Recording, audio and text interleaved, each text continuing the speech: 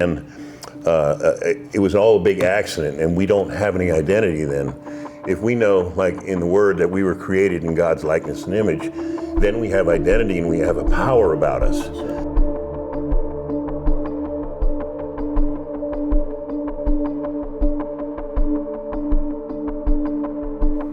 For most of my life, I had opinions about evolution without ever really studying evolution. I knew what my family thought. I knew what my church thought. I knew what scientists supposedly thought. But if you'd asked me to explain evolution scientifically, I couldn't have done it. If you'd asked me why I believed what I believed, I would have struggled with that too. The truth is, we all do this. We inherit beliefs about politics and money and marriage and family and faith and science. And sometimes we've never examined them. We simply received them.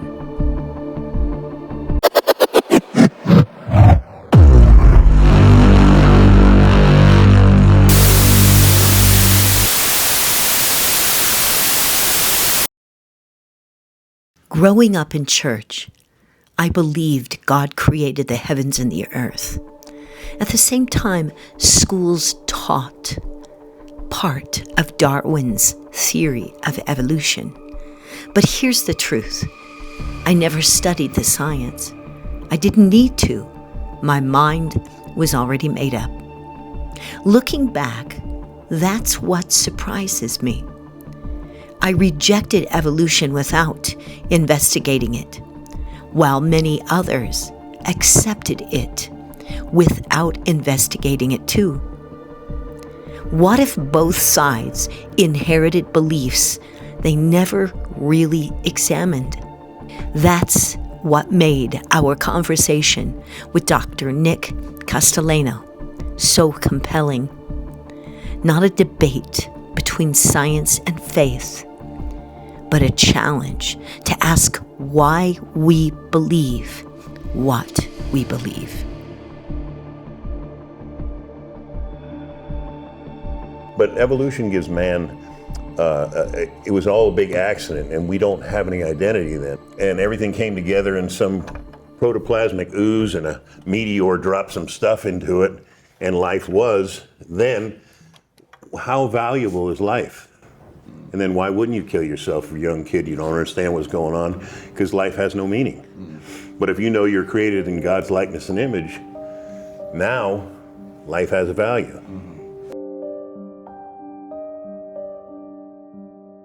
So I believe the powers that be tried to take away that identity to make men disempowered. So they don't want to teach this stuff that we're talking about, because if they teach that to the average man, then there's something called hope. And people with hope are pretty tough to beat. Evolution was this loud religious voice for me. And then, but the problem was the church screamed louder against the science part, which I get and it. I think that that's what really truly intrigued me. I'm discovering by some of the non-Christians that I hang out with that their reasoning for accepting evolution, and maybe we should better define that. Maybe you can define that. They're telling me that the reason that they're following the science of evolution is because they hate God. Something didn't fit. We met a scientist who loved God. He was a Christian who understood science better than we did. The neat little boxes we'd built, thank God, started falling apart.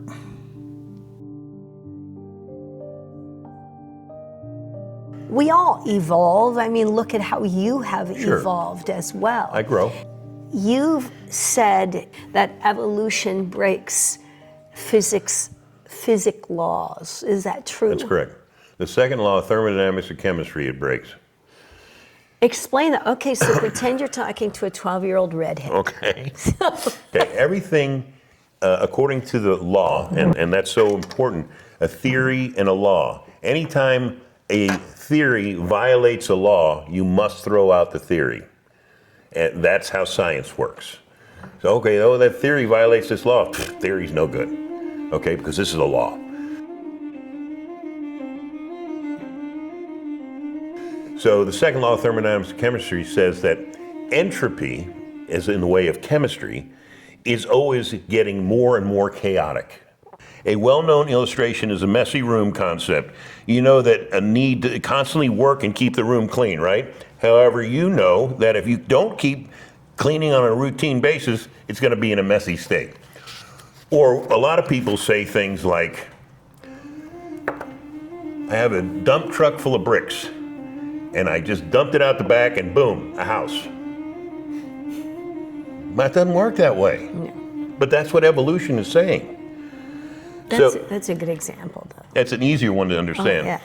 So the second law of thermodynamics, in a chemical reaction, it is a tendency of a process, to move in the direction of more usable energy to less usable energy, thus increasing entropy.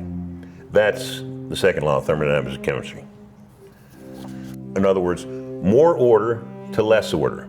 Entropy, that is that term, and as the world goes on, entropy goes up. More chaos, more chemistry, like a log is burning, and with that, it becomes more and more chaotic. So it's going from a solid log to all kinds of different things, carbon, this, that, you know. So that's the law that everything is going in that direction. We're chemicals, basically, our bodies are. So, but in evolution, that theory, we're actually changing and evolving into a different kind of being. Yet I would say we're the same being we were in the garden. So simply, an isolated system, Earth, all things are moving in the direction from more usable energy, complex chemicals, to less usable energy, simple chemicals. So overall system entropy is in a constant state of increase, like we talked about. Evolution causes entropy to be reduced. It's a violation. See, here's the way it was in the garden. Entropy was zero. Chaos was nothing. The Holy Spirit hovered over the surface of the earth, and then God said, let there be, and he brought order to chaos. That's what the Holy Spirit always does, brings order to chaos. So entropy was zero. Then sin entered, and all of a sudden, entropy starts going up and up and up. Chaos starts to come in and in and in. And so evolution, based on what they call evolution, violates that law. It's saying, no, we're getting better and better, and entropy's going down, and chaos is going lower and lower. Doesn't work. So when a theory violates a law, you must throw out the theory. And evolution is a definite theory. And he had, in his books, he had many caveats. If this doesn't work, it's wrong. If this doesn't work, it's wrong. So he was setting himself up to know it's not working, but it was grasped by the people that didn't want God to be there. He became like a scientific icon. He did. And they even did the Scopes monkey trial where they were doing evolution versus God, and God won. But evolution kept going. It kept on. In the trial, the God side won. What was it? It was, who was it that was in it? Some big name lawyer. I just can't remember his name. But anyway, and the end result was creation was the only way. God was the way. But still, that evolution theory was still there, and so there was something to grasp onto. First assumption is that non-living things gave rise to living things. Already we're messed up. Non-living things give rise to living things. We can't do that. No one, they've tried it millions and millions of times to get something that was dead and make it, nobody's worked with Frankenstein. It doesn't work, but they've tried it. So that's the first assumption in evolution. The second assumption is that spontaneous generation occurred only one time. What do they mean by spontaneous generations occurred only? Everything happened at the same time. No. All of a sudden, boom, it all happened. We had a living cell that could replicate and produce and eat and photosynthesize and everything all at the same time. Impossible. Impossible. The third assumption is that viruses, bacteria, and plants and animals are all interrelated. Because based on evolution, we come from bacteria and viruses, and then we turn into plants, and then we become animals that become us. Fourth assumption is that protozoa, single-celled organisms, give rise to metazoa. So a single cell will then grow into a multi-cell, which grows into a being of some sort. It doesn't work that way. Fifth assumption is that the various invertebrate phyla-organisms without a backbone are interrelated. So organisms without a backbone and organisms with a backbone are supposed to be related in some way. It doesn't work. You can't find it in nature. There's a missing link in every single species because it didn't happen that way. I don't just mean in humans. There's a missing link in every species for this evolution. It doesn't work. The sixth assumption is that the invertebrates gave rise to vertebrates, animals with backbone.